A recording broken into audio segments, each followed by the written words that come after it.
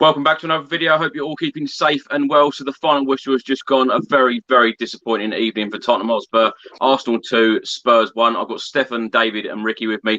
Thank you so much for joining me under these very difficult circumstances and very disappointing afternoon. Stefan, let's come to you first. What did you make of today's game? Wrong from minute one. It was terrible from minute one. I said it from the first minute, the way we sat back instead of team pressing. They said it on the thing. What was it? Their past 2 goals in the past 2 games they conceded down to team press, and then from the first minute we've let them pass it around, not done anything to counter it. It took Lamela's goal of the season, goal of the century, whatever, in the North London derby to get us in it, and then even from then on we sat back. It was back to where we were at 2 months ago. It was the exact same thing, and I don't know where it's come from considering how good we've been. Stefan, in the first 15 minutes, Arsenal had 75% of the ball. Why do you think that Tottenham allowed that to happen? Because, you know, in a North London derby, you expect every player to come out, you know, fire in their belly, you know, passion, pure passion in the game, particularly the run that we've been under, you know, 5 wins on the trot, 4 clean sheets. Why do you think that was? I wish I knew, because if take away the fact that it was a derby, just take it as a normal game. Just imagine Arsenal as a normal team. They've been atrocious when you press them, and we let them do everything they wanted to do. They didn't have to leave second gear for the whole game. They took it as almost a friendly. We were so bad. I can't get over it. We offered nothing until the final 10 minutes, and even then it was basically from free kicks. So I genuinely cannot find any explanation for those tactics. They were terrible. David, let's come to you. Many happy returns. It's your birthday today. Tottenham clearly didn't give you a present. What do you make of today's game? I thought it was a good, strong team selection. My only issue was I put it on one of the Facebook sites that Doherty was my worry, but I felt that maybe he chose him because he's a little bit less rash than Aurier, and I thought Aurier might be, you know, giving free kicks away in that area. But it turned out that Doherty was so isolated, largely due to Bale not tracking back. But I'm not sure why he didn't change it at that point. But we don't, as Stefan said, we were second best. We couldn't direct headers to our own players, and it wasn't just exclusive to this game. It goes back when you look at other games. Our headers are just meaningless headers, and we give the ball away too easy. And I've said before, it's if you've got a team that can play defensive, then you can win games playing defensive. The fact is that we haven't got the players to play defensive, because even when we counter attack, we get 2 or 3 passes up the pitch and we're giving the ball away, and then everybody's having to rush back and be in our own half, and we spend most games in our own half. So yeah, hugely disappointing. Kane was out of it. To be fair, I don't think I could pick any real decent player on there. I mean, Lamela gave us a bit of fight and a bit of steel, but the whole game and Lucas, I suppose, but and Bale largely out of it. Why do we have so many players that they don't know when to pass at the right time? They'll take 1 player on, 2 players on, then run into a dead end and lose the ball. And we get players that you often see them. They're standing facing their own goal, and the ball comes out to them, and they're giving it back to the player that gave it to them, and then getting it back and giving it back, because there's no movement behind them, and they're not prepared to pass the ball and then make a move into a different area to receive the ball. So it's a lot of it static as well, I think, was our problem. And as Stefan said, no closing down. They closed us down with so much intent and pressure, and taking nothing away from Arsenal, but you know, if we'd have played like we did the past couple of games, I think the result might have been a bit different. And the penalty decision for me is actually taken the shot. The ball's left his foot and was on its way out. It wasn't as if it was trickling and he had a chance to get to it before Sanchez even got in and touched him. So that was a baffle why VAR didn't check that and overrule that. That was, to me, there's no way that should have been a penalty. We will come on to those points in detail, David. So, Ricky, let's come to you. Now, David mentions there about Matt Doherty being in the starting 11, and welcome to the channel once again. Thank you very much for coming on. He mentions about Serge Aurier obviously being on the bench and Matt Doherty coming in. You know, for you, you know, all week I've been doing videos and we've been doing predicted starting 11s. You know, we got 10 out of 11. We all expected Serge Aurier to play in this game. Was that a shock for you? Yeah, it was. It actually was. I mean, since Serge has been playing and has come back fit, we've seen a kind of a right back that can do the job that we're asking our right back to do. With Doherty, it's like it's a shame for him because he's a new signing, and yeah, I totally get that he's got to kind of revert from a right wing back to a right back, and he's having a bit of difficulty with that and settling at a new club as well. But we just haven't seen anything that encourages any kind of, excitement or any kind of trust with Doherty. He always gets turned. He doesn't really have the pace. We're not seeing as many kind of crosses as we want to see from him. Or when it comes down to defensive duties, it's not like he steps up. There always seems to be an error on that right side. And if I was sitting at home as Arteta, sorting out my tactics to play this game, and I knew he was playing, then I would have targeted that right back, because exactly he always seems to be not able to turn and kind of track back or kind of get out of trouble with pace, where Serge can do that. So I think to every single Spurs fan today, as soon as we saw that team sheet, the biggest worry was Doherty. Now, for Doherty to be trusted by the manager, again, he's had a couple of good games from the manager's perspective, from what the manager has said. You would have expected him, especially in the North London derby, to be well up for it. But it just seems, I don't know, man. It just seems that he can't play the game that we're asking him to play right now. You got to think of his age as well. Like, how many seasons is he really going to be at Tottenham? To settle in and then find his feet and then start showing us something. It was tough. It was tough. Every single Spurs fan knew that, with Doherty playing, that was probably going to be the weakest area of the pitch, and it showed. Tierney, had him inside out. Like, when they wanted to do the overlap on him, they could easily. Reguilon didn't really get into the game as much as I would have liked him to. I think that yellow card as well kind of made him kind of back off a little bit and be a bit more cautious.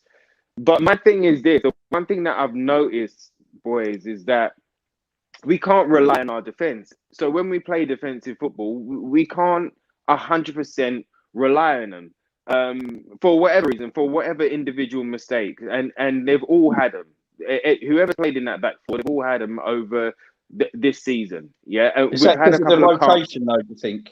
Maybe, but at the same time, it's like you've got to try and find the right partnerships, and you've got to kind of experiment a little bit, because Doherty is a new right back, so he's got to come into the team at some point. Reguilon, a new left back. Dyer playing centre back. Yes, he had last season-ish and the end of last season playing as centre back. So there's a lot of working out to do. What I really did enjoy seeing the last couple of weeks is Toby and Sanchez playing, because Toby just having that calm head, that assured head, you know what I mean? The very experienced defender that can calm things down and guide Sanchez. Even Lee King needed a guide. Do you know what I mean? At times, Sanchez has got a lot of stick from us in the past, and to be fair, his past few games he's played, he's been solid and not really put a lot on. So. I mean, for me, up until that penalty, he was having a pretty good game. He was pretty solid. He was pretty assured. He was, doing the job that we was asking him to do.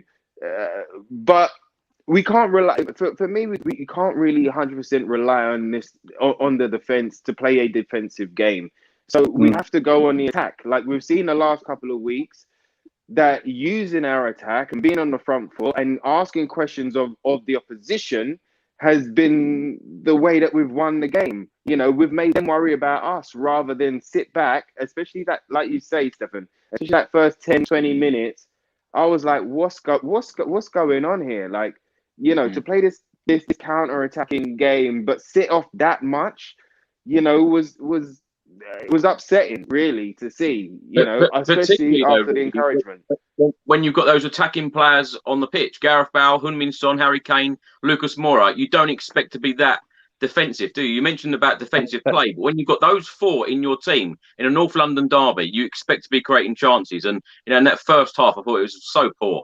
Well, the fact was, for me, we weren't getting the ball to them. I mean, the shots on goal speaks for itself, and Harry Kane not touching the ball until the last 5-10 minutes in the opposition box just tells you that the midfield and the wide players weren't really doing their job. Yeah, I don't know whether they were marking us out of it.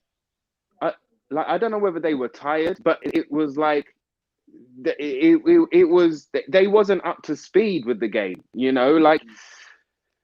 I don't know, man. I think it was a little bit too lethargic, all of that passing around. They, if you look at the Gooners today, they were on the press, they were hassling, they were honest, they were trying to get the second ball, and that's what we normally do. So I don't understand why we wasn't on that today. The movement was better as well, wasn't it? Everything was passed forward or sideways and forward, occasionally backwards, where a lot of the time we'll get forward and we make the wrong decisions at times. You'll have a player, maybe midfield or wide, unmarked, and you expect the ball to go out to them, but instead they choose to pass it to the player that's got 2 or 3 players bearing down on them. And that just makes me scratch my head sometimes. Keep possession by giving it to the players that are free. Yeah. Yeah. I mean, my biggest thing today was like what I was most excited about was having Sonny, Kane, and Bale playing in a North London derby, all up for it. They've all got a bit of form right now. That was my thing. We lost Sonny in the first 11 minutes, I think it was, and Bale came off just before the 60. I mean, it was Lamela came on, and you saw even Lamela, like he was going to be a positive point today, but then he gets kind of sent off, But you saw he's running, he's hustling, his energy, his desire, his tenacity. He all these little flicks and his little kind of things to kind of disrupt the opposition.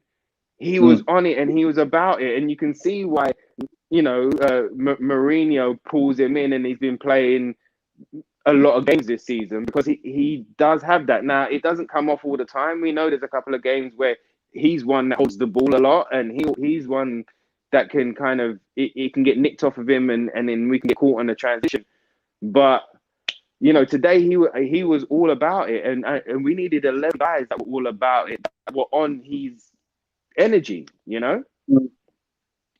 Stefan, let's come to you now. Of course, in the 16th minute, Arsenal had a great chance. Smith Rowe hit the woodwork outside of the box. In the 17th minute, Heung-min Son then went off injured, as Ricky said. Eric Lamela then came on. Let's hope that Heung-min Son is not out for too long. In the 26th minute, Smith Rowe run past Pierre-Emile Højbjerg, cut it back to Lacazette, who put it wide. And then the goal came for Tottenham Hotspur in the 33rd minute. What a goal. World-class finish from Eric Lamela. Unbelievable. He done this in the Europa League a fair few years ago. He's done it in the North London derby. I've been saying all week that I think that this last month or so, it's probably been Eric Lamela's best month in a Tottenham shirt since he signed for us back in 2013. I know we're going to talk about the red card later on in the video, but, talking about that goal, a sensational finish, wasn't it? I don't think I've ever celebrated a North London derby goal like that. I mean, we've been to all the games at the Emirates, all the different goals scored, and we got mental. But alone in my room, I don't think I've ever celebrated like that because it was just completely undeserved. Like we seemed we were going to get nothing, but then when you whip out something like that, you begin to think, maybe. And then even after that, you sort of saw. I know we were still playing awfully, but decisions were sort of going our way. Referee decisions, their chances were going wide, hitting the bar, hitting the post. You sort of think, maybe you get another. I think if we'd gone in 1-0 at half time, we easily could have come out of that. Because I think the game plan always was to sort of go in. If you could go in half time 1-0 up, and then you come out second half, they'd sort of push on because Arsenal, as we said, they had all the ball. They were pressing from minute one. They would have been shattered second half. But as soon as they got that goal, and that's got to be like the third time in the past 5 years we've conceded on half time at the Emirates. It's the same thing. It always is the same thing when we play Arsenal away. We always get the early goal. We always seem like we're going to. We've had the 4-2, the 2-2 now today. You never feel good about when you go one goal up at their place. But those, I think Lamela, in terms of for him, he needed that goal today. I think there's a lot of people who still weren't sure about him purely because of his goals and assists. He didn't have any numbers this season. But I think that will boost him a little bit. I know you said comment to red card later. I know that's obviously not the best. But I mean, the thing with Lamela, I've always never had an issue defending him because it's very hard to defend a player who sometimes doesn't give it their all. But you've never seen that with Lamela. He's always given his all, and you can't criticise that. He's not played a lot, he's been injured, so that's what. Yeah, exactly. He's been injured a lot. I mean, that's the issue people have with him. He gets injured and then he comes back, and then he doesn't really score assists. But away from that, his play is very, very efficient. I mean, I know he's got 1-star week for he never used that right foot. But I mean, as you've seen today, blessed us insanely. But that's the thing. He needed that today, and for him, I'd say it was a good day. I know the red card overshadows it a bit, but I think there's a lot of positives to take from him individually. Yeah. Stefan, answer this point on screen now. Tottenham Hotspur Till I Die says about Mike Oliver being an Arsenal fan. Fun facts. What did you make of Mike Oliver's performance today? There are a few, but I think that's very much pushing it. I mean, you sort of just have to accept that we were atrocious today. Whatever you want to say. I mean, the penalty, I think it's given half the time. I mean, and next week it probably would be given. They were going to score either way in my eyes. It doesn't really make a difference. It wasn't like the goal wasn't coming. It was coming, wasn't it? Exactly, spot on. It was coming. It'd be very, very naive to sort of put it on the referee's performance thing. I mean, if we're talking about Arsenal fans, don't know how Matthew Doherty's starting when we know he's an Arsenal fan. When I saw that in my head's just, I couldn't believe that. But I think it was all poor. And to blame the ref, I think, would be pushing it. But it wasn't his best game, but that is pushing it. David, let's come to you. Of course, Tottenham went 1-0 up through Eric Lamela's fantastic goal. And then in the 37th minute, Arsenal hit the post again. Cedric hit the post, ball come out. And in the 44th minute, as we've just said, we knew it was coming. 44th minute, Odegaard scored 1-1, went in off Toby Alderweireld. What did you make of that goal? Sloppy defending yet again. And it seems to have blighted our season. I mean, the ball going out from the left, cuts. And you can say, as much as I watched a half time. There's two things that I was streaming it, and Gary Stevens talked about Lamela's goal and said, was it instinctive or did he think it? I think it was instinctive because he initially runs and the ball's behind him and he has to check back, and that was his only option really, because he could never have got the ball onto his left foot. So that, I think, for me, that was instinctive. You could say their goal was lucky because it took the deflection that took it away from Lloris, but who knows? It could have taken a bounce up and gone over Lloris. It was coming and they deserved it. I can't argue with that, but you've got to wonder if we had better defence and they were more with it, that they wouldn't have got. I mean, look at the shots they had on goal. Yeah. They had 10 in the first half to Tottenham's 1.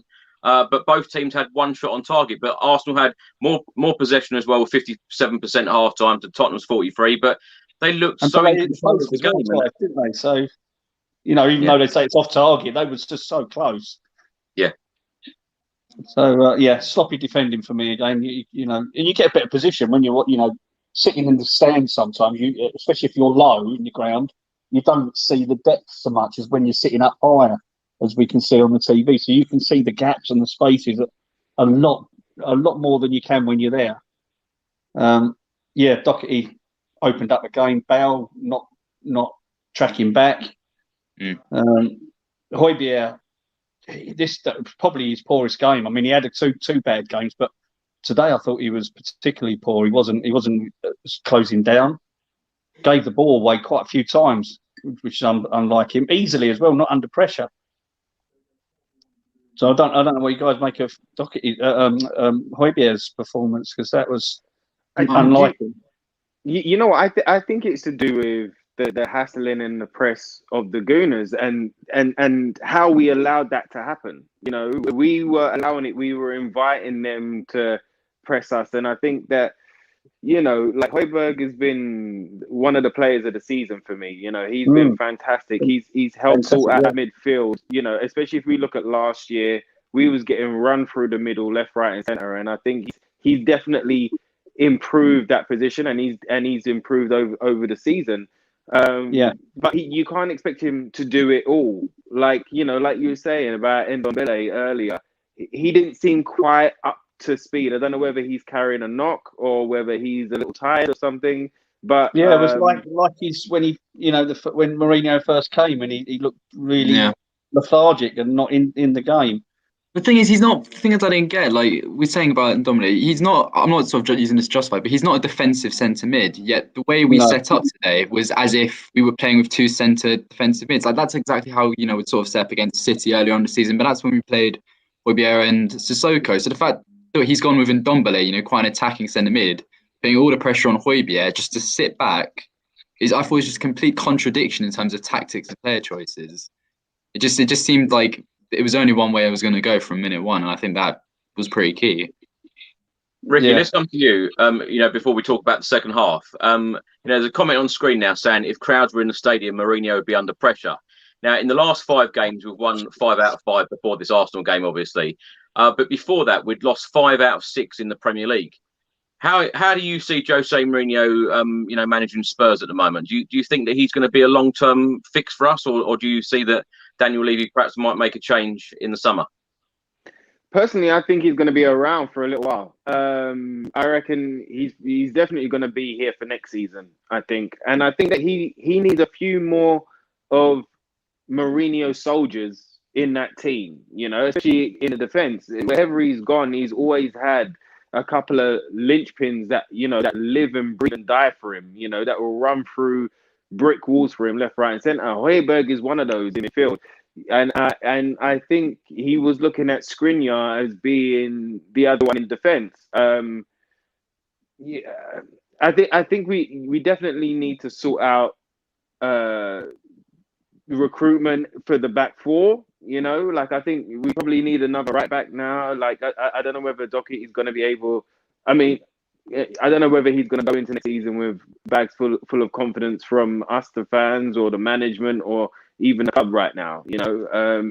He really hasn't shown up this season. Really, we've seen bits. We've seen bits in like short bursts, but I think that defense needs looking at for Mourinho to do what he does best. I've said from the start with Mourinho, a lot of people hold their own their previous bias on him. So the bias that we had when he was Chelsea or Man United manager, or what we saw, not so much the attacking football, but the eye poking at Real Madrid and stuff like that. The controversy. And I've said to you before, Chris, after the lockdown, I tried to give him a clean slate and just look at what he's been trying to do for the club and what he's been trying to build. And when it comes down to the play, I think he's trying to have, if you look at the start of the season, he was going this way as well. But the balance of play, a solid defense with a counter-attacking but attacking team. I can't remember what the scoreline was against Southampton, but I know it was a big one beginning of the season. The 6-1 against Man United. But there was a couple of results and the way in which we was playing was very kind of balanced, solid, and I think that's the way he wanted to go. It was only until I think that he realized that the defense is not to be trusted. And you can tell that as well because the amount of chopping and changing, the boys were saying there, there's been a lot of rotation in the back four, and the reason being is because he hasn't got a trusted two. And it kind of unsettles Lloris then because he doesn't know he's not sure of who's going to be partnering him. Well, that's it. Players. I mean, that's the one thing. That's the one partnership that you need to kind of be on point is the goalkeeper and the 2 centre halves for your defense to flourish. So I think Mourinho is going to be around for a while. I think him and Sacramento. I think Sacramento is a really key part to this management team. We know what he done at his previous club. We know what type of football Sacramento likes to play. So I think him being the number 2 to Mourinho, if they can get who they need in, then I think there is potential for this team to go on because we have seen flashes of it. But the biggest thing that we have seen, the first game against West Ham when we was 3-1 up and then they scored 2 in the last 10 minutes or whatever it is, even Mourinho said that's kind of been the story of the season. You can see the flashes of brilliance and you can see the flashes of the potential that this team has, but then there is always something within the defense that lets us down a little bit, The thing is, though, Ricky, this is a North London derby, like I keep saying. If you're going to have passion, and you're going to have a fight in any game in the season, it should be today. As soon as you go to the Emirates Stadium, you should be bang up for it. 100%. Why did Tottenham not turn up today, in your opinion? Because particularly after in recent games, we've played this free-flowing attacking football. We've scored over 100 goals so far this season. And Arsenal, although they are our North London rivals, they are a mid-table club. They're sitting in 10th place. Yeah, I mean, honestly, Chris, I can't tell you. I don't think it was. I can't say it was a tactic thing, because we all know Mourinho doesn't really like the Gooners. So it's not like he didn't want to win or he didn't want to fire up the boys to be ready to go out and play. It's really tough to kind of judge, mate. Why they started the game like that? Why they went out like that? You would say that. I mean, you look at the amount of games we've played compared to them. I mean, we've played a hell of a lot more, and particularly you think of Son, Kane, Moira up front have played probably more games than any of them, and Højbjerg, I would say as well. Yeah. So there is going to be points where we have fatigue and we have dips. We say that because that's why Son's got injured, I think. Yeah, but at the same time, it is the North London derby, so it's like, so we're all expecting a bit more. We're all expecting them to kind of throw tiredness out the window and go, you know what, let's go get them. And we kind of saw that when we was in desperate stakes in the last 15-10. They started attacking, then they started putting on the pressure, and like us all, I'm sure we was all thinking, well, why didn't we start the game like this, or why didn't we do this earlier? Yeah. Stefan, let's come to you. Of course, half time, it was 1-1. And, perhaps some of us Tottenham fans expected some changes, particularly with the way that Doherty was being exposed time and time again. In the 57th minute, Gareth Bale come off. He looked very unhappy, looked very surprised that he was going off. Comment on screen now as well. Gareth Bale should have stayed on. What's your opinion? The thing is, it was very clear that side is where all the problems are. And as much as I thought Doherty was awful, he wasn't getting any help from Bale either. So I'm not really surprised. I mean, then again, you sort of saw Bale come in a bit into the centre in the second half. It looked like he had gone more into sort of just playing off Kane position. But that whole first half, that whole side of where Bale and Doherty was getting completely rinsed apart. And at 1-1, you're sort of thinking, if you tidy that side up, Arsenal don't really have that much going forward, because it was all coming from down there. So seeing him come off, and then especially made a bit more sense with the substitution that came, was a couple minutes later with Dele coming on.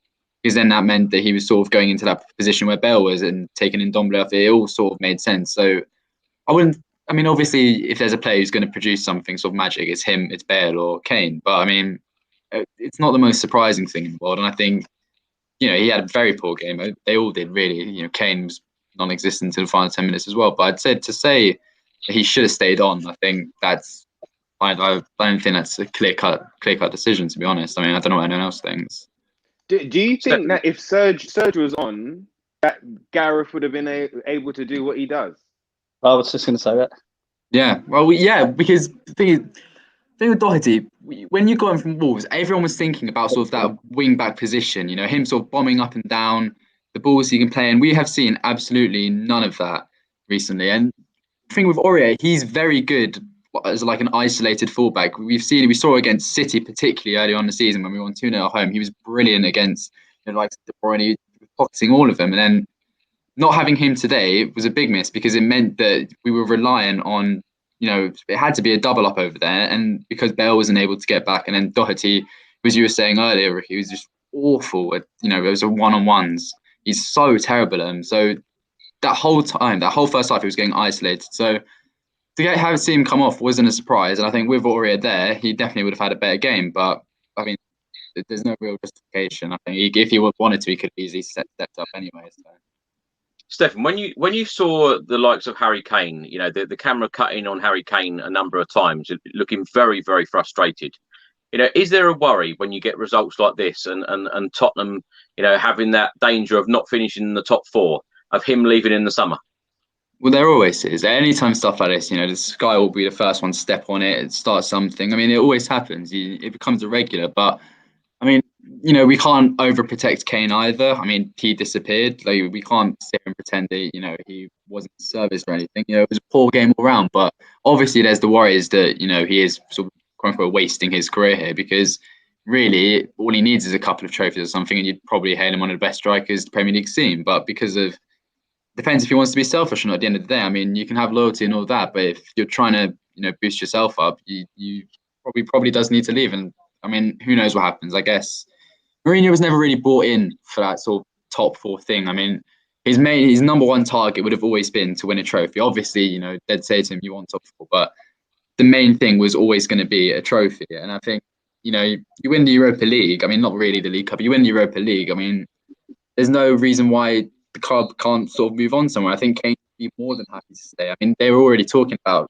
possible new contracts on the way. And I think the Europa League would sort of secure him here. I don't think he'd want to leave if he won that. But I mean, depending how the season plays out, not a successful campaign in Europe, not finishing top 4, top 5. I mean, who knows what will happen? Loads of clubs are looking for a striker now. In particular, whether he'd go there or not, Man City, they're in desperate need of one.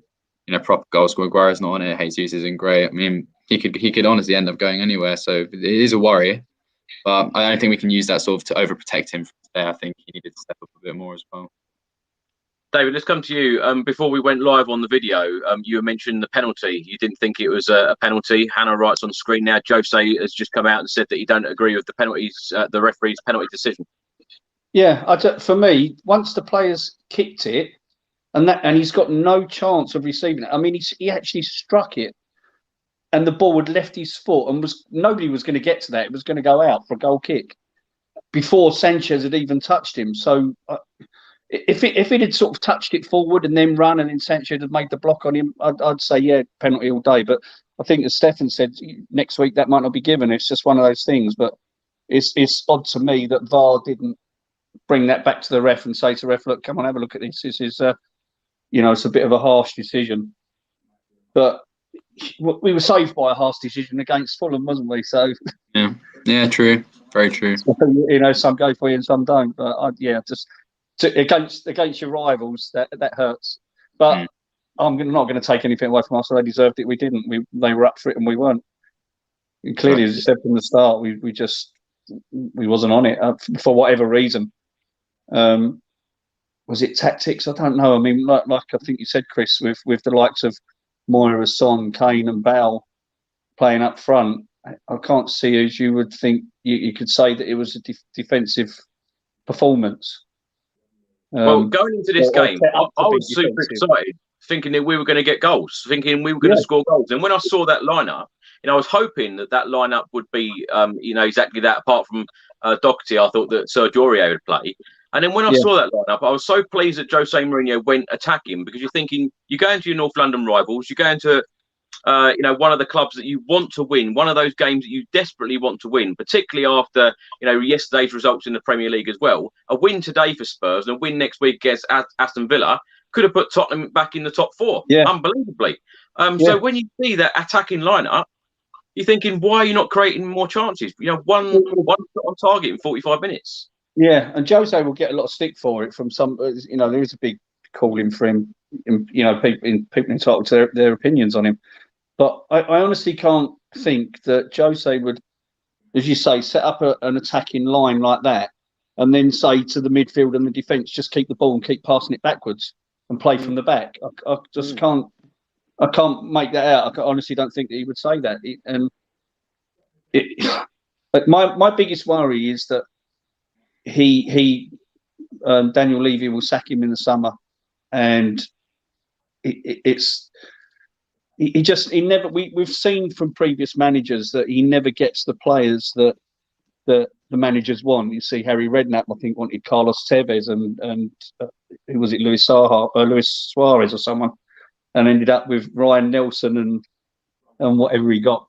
Glenn Hoddle said the same. A few managers have come out and said exactly the same, and they've never been fully supported. So to me, it's like they say, "Oh, we want this player A, B, and C," and then they end up with X, Y, and Z.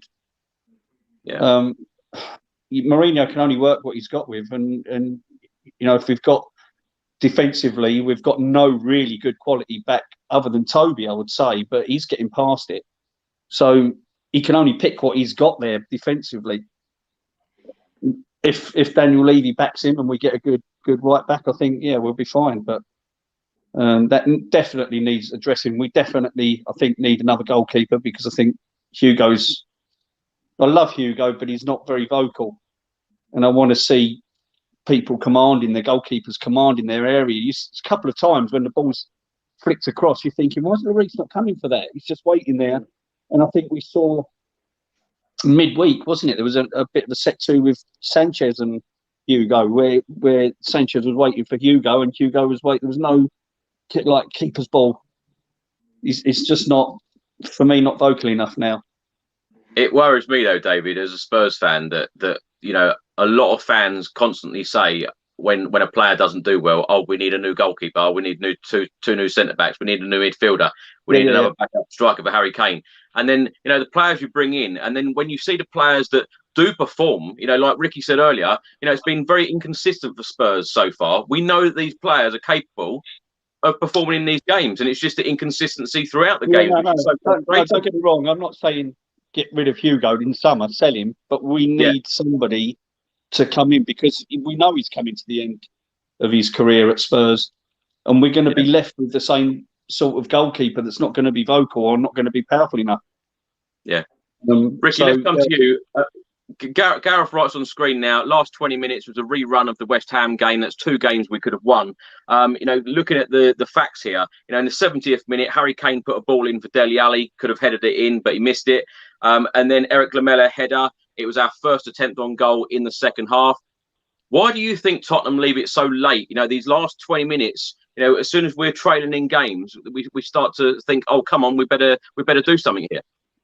Because at that point, there's nothing to lose, Chris. At that point, there's no other direction to go but forward. And at least we saw a little bit of fight from the boys in that last 20 to try and grab something. And we were mightily close. If Kane's free kick, there was who came in on the rebound and he hit Sanchez. The bar, and it was Sanchez, right? So Sanchez came in on the rebound. We had a couple of chances to make it 2-2. But we would have been lucky to make it 2-2. Like the boys have said, the whole game, we were second best. We were in, we was in second gear, whereas the Gooners were in third and fourth gear, like trying to make something happen. And I just think when it comes down to refereeing decisions or like near misses, they're excuses that we can fall back on to make us feel better for a little bit. But really and truly, the boys' intentions as soon as they came out was on the back foot, and I think we could have dealt with that. We could have dealt with that game. The biggest thing with the Gooners is that they've been, they're not too clever in defense either. Yes, they've had a couple of games where they look okay, but they're not too clever in defense either. So if we would have put the pressure on their back four, if we would have been pressing their back four, maybe David Luiz would have, made a mistake or a rash challenge, and we would have got the penalty. The same with Gabriel, his centre back partner. We should have been pressing them. We should have taken the fight to them rather than wait for them to hit us and then come back again. And I think that's the biggest thing this season. Like, sitting back has never really worked for us. We've got to pose them more questions than they are posing us. And I think that's the biggest thing that I can see. That if you look at, I think was it last week with Palace? Did they score on halftime to make it? Was it 1-1? Was that? Yeah. And then Mourinho came out. Yeah. So Mourinho came out after the game and he was like, "Oh, I was kind of happy that they scored because we started going into this kind of let's keep ball and kind of like let's step back a little bit." But that goal right before halftime, like G'd them all back up to go, let's go and get it. I don't know why we didn't see that response. Like the same things happened. We scored just before halftime. Get in there, rollick them. Everybody needs to wake up. Everyone have a little bit of a shake and a Lucasade, and then get out there. Do you know what I mean? Like get out there, go at them. But it took a minute to kind of, and as soon as the second half started as well, it's like the Gooners went back to where they was at, and we allowed them to go back to that energy and to that press. And every time we were in possession of the ball and we was kind of in control, it was slow. You know, the passes wasn't quick enough. Like, people held on to it too long. There was too many people like getting the ball and standing still for 2 seconds. It's like, get it, pass it, go. Get it, pass it, go. You know, and I think that would have helped us more than kind of relying on an excuse of tiredness or the referee decision or a VAR or anything like that. Like, we've been our own worst enemy the whole season. We've brought more problems to ourselves than the opposition has the whole season. So is that a managerial thing, do you think, or do you think that's just the players' attitudes? Because for me, it's like we don't seem to learn. You know, if you're playing the game, I think, I can't remember who the commentator was. It's saying like Doherty really needs to start thinking about his game because he's getting too tight and getting caught out. He needs to drop back a bit, and he didn't. He just carried on. Yeah. Pardon? It was time and time again. Yeah, and so he clearly wasn't thinking about the game and thinking about his own positioning and how and why he was getting turned so easily and taking responsibility to try and prevent that. So I don't know. I don't know whether it's attitude, whether they're not completely sold on Jose. I don't know. It just seems odd because we make the same errors over and over, the same unforced misplaced passes. It's just beyond me. I mean, I'd love to see the stats. If somebody's got the stats out there of the amount of passes that get misplaced throughout a football season with the teams, I would love to see where we stand in that, because I think that we would be among the top. Well, the one thing that I would say that is there's still a lot of people at the club that were there under Poch, right? And right at the end of Poch's reign, the last year or so, he was saying that there needs to be a painful rebuild. We never knew it was going to be this painful, but there needs to be a painful rebuild. We need, more expensive furniture in the big mansion house that we've got now. So he was hinting at a turnover of players and a refreshing of players, and I still believe that if he would have got the back in, and if we would have backed him in his dip, that things would have been different.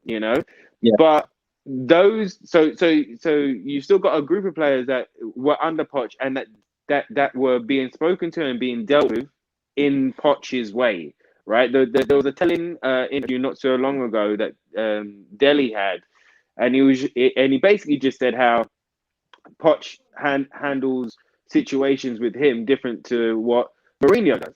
Now, not in criticizing Mourinho, but one thing that I like about Mourinho is that he doesn't like rest on last year's reputation or your name or your price tag, or your or any of the hype that surrounds you at the time.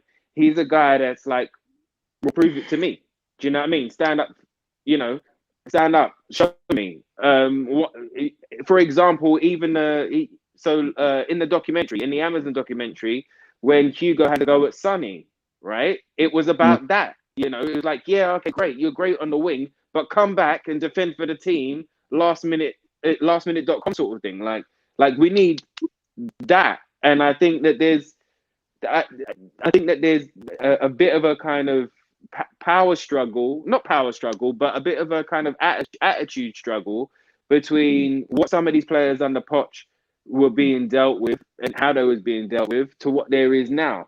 We've seen Delhi shift as well. Delhi was told, like, I don't care about your name or what you done under previous manager or in previous seasons. Like, you got to step up to the level that I know that you can be at, and then you will play. And I think even with Delhi, after January, as soon as January transfer window was done, we've seen him come back on with a bit of determination, something to prove and to stand up a bit. Same with Ndombele. Ndombele last season was exactly the same. We know that he was asking to leave in that same Amazon documentary. He was asking to leave. He was like, it's not working for me. But Mourinho challenged him and said, like, come on, let's go. Like, I believe in you as a player, but I need to see you step up.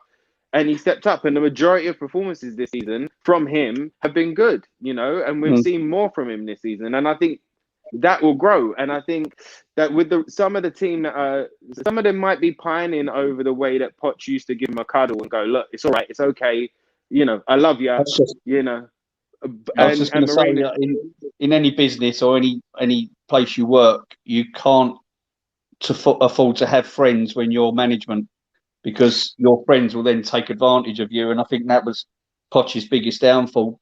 Dele clearly isn't a busy trainer. He doesn't work hard in training, but he was guaranteed first place under Poch, guaranteed to start. Whereas Mourinho's like, no, I don't care. You're a lazy trainer, and if you're not going to train, you're not going to be picked over somebody else that's going to bust their gut every week to get in the game.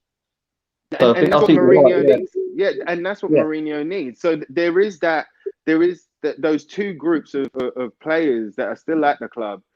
And I think that there still needs to be more of this is a transition season for us again, this is another transition period for us again.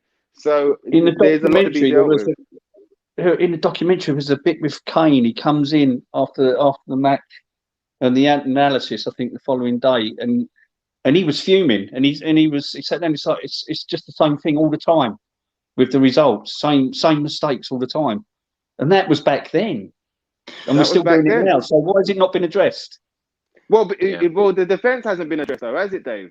Like the defense hasn't been touched, apart from Doherty coming in as a secondary right back, and Reguilon, which I was so pleased with. But he's still young. He's still got a lot there's a lot for room for him to grow as well in that left back role. I totally believe in him. I think Reguilon's going to change the way we play and change our role game. And you got to see that Reguilon as well, I suppose. But Reguilon is a guy that kind of really respects Mourinho and admires him as a manager, wanted to work under him. So that's why he came, So Mourinho needs more of those type of players that are 100% for him, 100% believe in what he's saying, 100% believe that if you trust him and you do the work that he's asking you to do, that we can achieve something, because he's proven it in the past. It doesn't matter where he's been. So yes, we're an unlucky club on the whole, but I don't see why it shouldn't. The same shouldn't happen at Spurs. Stefan, let's bring you in. Now, doesn't it make this so more frustrating, the fact that we've won the last 5 games? Before that, as I said, lost 5 out of 6 in the Premier League. We feel like we've turned a corner. This season has been very up and down. We've spent 5 weeks at the top of the Premier League earlier on in the season. And as Ricky said earlier, beating the likes of Manchester United and Southampton away, battering them away from home. Going into this game, you felt like we'd turned a corner and we were going to get a result. You spoke to most Spurs fans this week. We all felt confident that we were going to get a result of some kind today. Yeah, well, that's the thing. I mean, Tottenham fans will tell you better than anyone. You never really want to go into North London Derby, especially at the Emirates, with much confidence, because it normally slaps you back in the face. But that's the thing. I mean, it was a very different time. It wasn't sort of like earlier on in the season where we were sort of picking up these results. I remember we won 3 games in a row early, and one against Burnley, Brighton, and someone else. I remember, with very sort of 1-goal margins. It was like we were playing good football, 4 goals a game sort of thing. It was really looking like when everyone was saying it earlier about when as soon as you saw the team, you were thinking this is going to be very attacking. We're going to try to take the game to him. But it was just from minute 1. I mean, you could always see it, and it's the same thing with the derby. Every single time, you can always see from the first 30 to 60 seconds. I remember Pochettino said it a few times while he was at Tottenham, that he can always tell how his team are going to play from the first minute, and you can still see it today. I mean, from that first minute, there was nothing. I mean, Arsenal had all the possession. You said it yourself, Chris, 75% possession in the first 50 minutes. Like, there's a difference between sort of sitting back and, trying to get into the game a bit and, full on letting them control the game. There's a big difference between the two. And I just think from then on, you could see where it was going. And I think one of the big issues we had was back to that sort of Ndombele Højbjerg pivot. I mean, it is very attacking, but that's the thing. I really don't understand. There was such a difference between the team that was put out and the tactics that were used. And that's why I'm confused. I don't know whether Mourinho, sorry, I forgot who was saying it, but did Mourinho send them out to play like that, or was that them playing like that? Is it player attitude? I genuinely, I can't think of what it is. And also, I just want to go back to sort of what we were saying about earlier about the documentary about man management. This is sort of a question for Ricky. You remember when Danny Rose, he had his old interview about, him, and he brought up a very good point. Well, it didn't seem like good, but now we're sort of looking back, and he said, there are players playing really badly and they're not getting taken out. I have one bad game and I get taken out. And I think while his man management has been very good for players, like Ndombele, it's clear that it's worked for him. When you see stuff like, for example, Doherty, and then there was a few times Dyer, he got like a 20-game run and half of them had cost us points. Why is it that he keeps picking these players that he knows? Like, it just seems like such a big game to have such a big sort of switch. I mean, I don't know if you answer that, but well, do you know what I think with Serge? It must have been something to do. It must have been something to do with fitness or a knock or something like that. Because there's nothing else that I can kind of I can grasp at why Serge didn't play. He's had a couple of good games, good-ish in the manager's eyes, not really in mine. But I like everybody's flabbergasted that Serge wasn't starting. So the only thing that I can say is that he must have had a knock. We must have been trying to keep him in a bit of cotton wool, and only kind of bring him on in an emergency. I would have felt that at half time it was an emergency. Take Doherty off and bring Serge on. Like that would have been my halftime sub straight away. I've never seen sort of something like that first half performance from Doherty. I've never seen so many attacks come from exactly one side of the pitch. I mean, as much as we don't want to say it, Kieran Tierney is probably best or second best left back in the league. Well, he's brilliant, and we've got Doherty on him, who is terrible at one-on-one marking. And every single time he got the ball, all we have to do is watch the replay for that first goal. It wasn't some amazing sort of skill. He's basically fainted to go one way and gone the other, and Doherty's turned like a truck, and Tierney's about 10 meters ahead of him. And the goals come from that. It was also a bit of poor marking in the box, but anyway, I've never seen sort of so much come from one side of the pitch. And why that? I mean, maybe you could sort of look to the Son substitution. He's forced into that, and then there's other substitutions he wants to do, but I've never sort of seen a performance like that where you can blame so much on one position, even the penalty to a certain extent. I mean, there was a massive gap on that right-hand side. Maybe that was just Doherty's instructions to get up. I don't know, but no, it was time and time again. That was what I'm saying. Is he never sort of learnt from his own mistakes throughout the game and thought, well, hang on a minute, this guy's turning me. I'm not going to give him get tight because he's turning me so quick. I'm going to drop off of him and then let him make his move.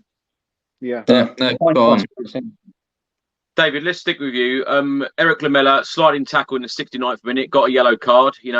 What I love about Eric Lamela is his aggression and his willingness to win the ball back, and he often does that. He often winds the opposition up.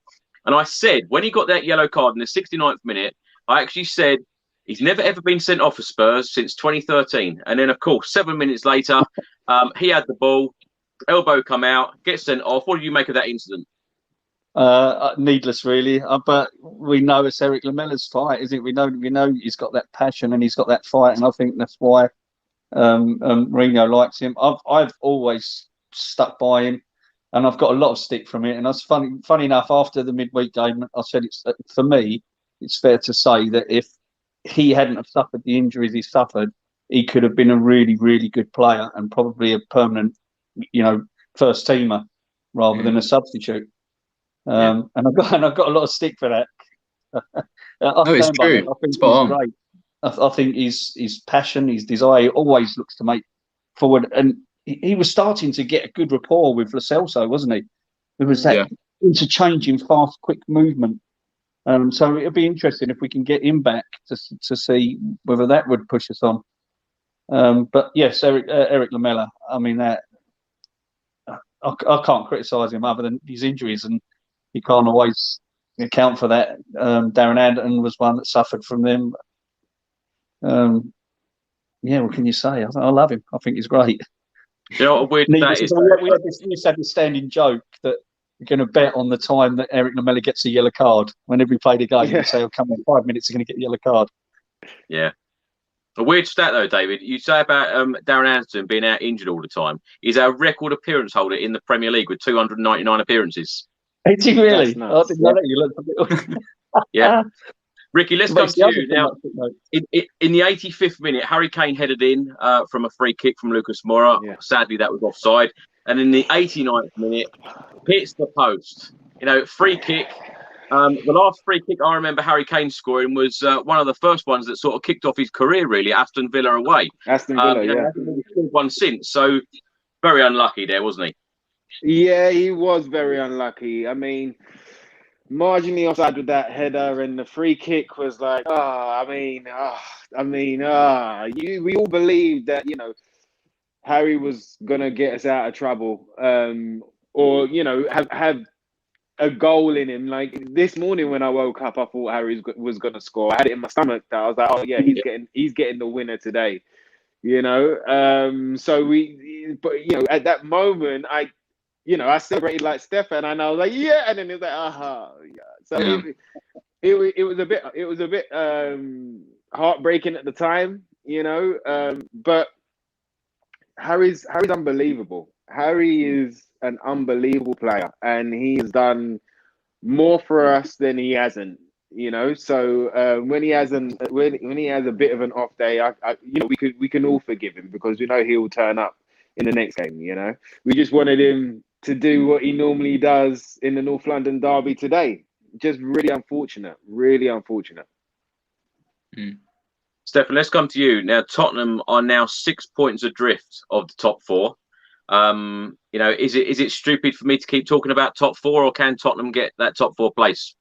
With the way the season's going, I mean, I think it's ever stupid to stop talking about it. I mean, you know, it wouldn't be the most surprising thing in the world, but I think it's very clear what the priority is. I think if you ask most Spurs fans, they'd take, you know, Europa League and top six, even top seven over top four, and no trophy. I mean, we've been screaming for it for ages. Maybe League Cup, I mean, that's a 50-50. I mean, it's a trophy, but, you know, it's not the biggest one. But I think the Europa League is certainly, especially now, you know, there's some very good teams in it. You know, the past few years, Europa League, you normally find it quite easy to get to the semi-final sort of stage. But this year, you've got a lot of sort of very decent teams in there. And it will get to a point where you might have to start picking one to prioritise. And I think that Europa League is probably the way forward. We have got, you know, I'm not going to say easy run, but compared to other teams, we've got a very decent run in. You know, there's definitely opportunities there. If we'd won today, we'd been set up perfectly for it. Of course, we didn't, but there's definitely a chance. But I think the way Chelsea, you know, they've hit form, they won't stay power. I don't think United, they don't tend to lose, gone losing streaks. City is suspended. There's a lot of ifs there, but it is possible, but I wouldn't expect it. David, how are you feeling about Tottenham's push for the top four? Do you think we can get there? It's a very up and down season for a lot of teams, so I think we can, but it depends on. There's a lot of ifs, isn't there? We need teams to drop points, teams like Chelsea and the others above us to drop points, and us not to drop points to do that. But it's definitely not impossible. 6 points, what's that? 2 games, and we're back up there. I mean, we only need to win one. I mean, we've got one game in hand, so it puts us 3 points behind top four if we win that. So yeah, definitely. I wouldn't say that it was impossible, but is it likely? And I don't think it is. Exactly. Ricky, I know you're very positive normally. What are you thinking about top four? You know, I will always believe in the boys, and I'll always back the boys to do some unbelievable stuff, like get top four this year. So I would hope that it's still on, but like the boys are saying there, like, is it likely? Look, I mean, Leicester, you know, the boys have mentioned the other teams in there, but Leicester have been playing well the whole season. The Hammers have been playing well. Everton have been, their wheels are turning in the right direction, but they're due a dip here and there as well, you know. But there's teams in there that are doing more and getting the results and playing, you know, front-footed football. So I think I think today was key. Actually, I think if we would have got the 3 points today, and really turn up with a really strong performance, then then I think we could have gone on and done it. And I would have loved us to do it. It's just it's not likely, but I still got love for the boys. I still think, you know, what is there? 10 games left, so you know, who knows what can happen.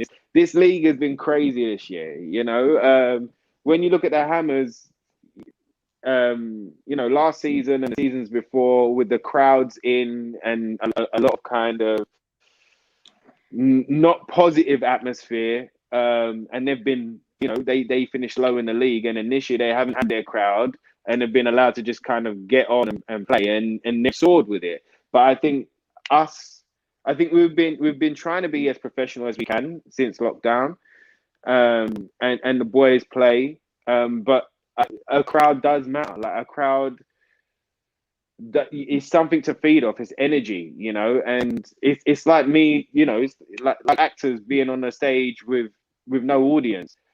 You can run through it, but if you've got the audience to bounce off of, it's a totally different show, you know. So I think that's definitely had an effect. It's had an effect on Liverpool as well. You can see Liverpool love their crowd. We know Anfield is a different place with the cop, you know, singing their hearts out and making the noise that they do, and it's had an effect on them. And I think part of it has had an effect on us as well. Not that it's an excuse. I just think it's had an effect. You know, we still should have got up for today, and there's certain points that we've dropped during the season that we should never have dropped. So I don't want to sound really down here, Ricky, but you know, crowd or no crowd, you know, in recent years, whenever us Tottenham fans see the table and say, "Oh, if we win today, we can go second. If we win today, we can go fourth. If we win today, we can do this, we can do that."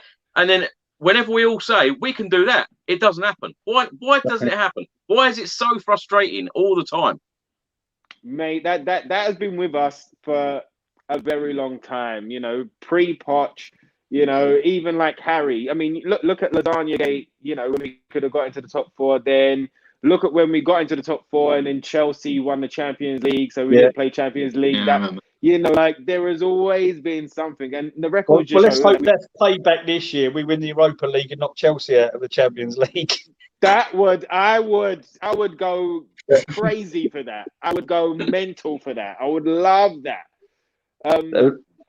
But we've got to show more. We've got to take. The thing is, the one thing with Spurs is, like, we need to learn our lessons. You know, we can't keep making the same mistakes. I always say, you know, mistakes aren't mistakes in life. It's just a lesson in life. You've got to learn the lesson, and then the mistake was just a tool to learn something new. And this is what the boys have to do. They have to learn the lesson so that they can learn something about their own positions and their own play, and then push on to something new and push on to where they want to be. You know, so we always used to see players, didn't we, say that? Oh, we learned from this, and I always watch the next game and then think, well, you clearly haven't learned, because you're making the same mistake. You've done the same thing again. You know, maybe like maybe superstition wise, like Mourinho needs to go and have a wee at the corner flags at what, you know, at the stadium or something. You know, he needs to like bless the place and kind of go, all right, cool, this is my stomping ground now, and maybe the whole energy will shift. I didn't think I'd laugh in today's video, so thanks for that, Rick. Last question for you all. Stefan, let's start with you. Now, of course, Tottenham are back in Europa League action on Thursday. We play Aston Villa away in the Premier League on Sunday. Score predictions for these games. How do you think Tottenham will do, and do you expect Tottenham to go through to the next round in the Europa League? Yeah, I mean, despite today, with the position we've got, you know, we'd have to really mess up in Europe. I mean, obviously it's never out of the question, but I think we'll be fine. There'll be a scare in there, obviously, an early goal for Zagreb or something like that, but I'd go for maybe a 1-1, something along those lines. I think that's the sort of game we're going to get. And then Villa, I mean, they're very hot and cold this year. There was a period where, you know, there were genuine shouts, sort of top 5, top 6. They've fallen off a bit. I don't know what's happening with Grealish, if he's back by then or not, but I think, I don't know, it's a very hard one to call. Is it away from home or is it at home? It's away. Right. Away. I don't know. I think a draw, probably. I'd say 1-1 again. I mean, I think today's going to do him a lot of damage, sort of like West Ham did away last season, not last season, home this season. You know, we went after that, did the mentality shot for quite a while. And I think, I don't want to. I hope we don't, but I think we could see the same thing again. I'm not very optimistic, but you know, we'll see. Hopefully, they can surprise me. Yeah, yeah. David, what about you? I think we will lose 2-1 on the night against Zagreb and go through. Wow. I think we'll definitely beat Villa 2-0. I'm being positive. Interesting. Ricky, what about you? Well, Thursday, all right, Thursday, what they're going to do is they're going to turn up and they're going to repay us for today, right, with a performance. And I'm going to say that they're going to win 2-0. And I'm going to say that the Villa game is going to be scary as hell. Grealish will be back with these short shin pads and be trying to tear down. If Doherty's on the right-hand side, he's going to be trying to tear down Doherty's life again. Don't even. And I bet that'll probably be a draw. I would love that. I'd love us to have 2 wins back to back. You know what I mean? Just to kind of, we can't have their heads drop anymore. We can't have them kind of having their, you know, like having their whole body language and their whole energy shift. There has to be a wake up response. There has to be a kind of, there has to be, I've had enough response. Like, I've had enough. I've had enough. Let's go. Do you know what I mean? And I think if that happens, especially on Thursday, I think it will bounce us, give us another bounce of confidence and another bounce of positivity to go into the Villa game. And I think the Villa game will probably be I'm going to say 2-1 to us, Villa, 2-0 again, at least against Dynamo on Thursday.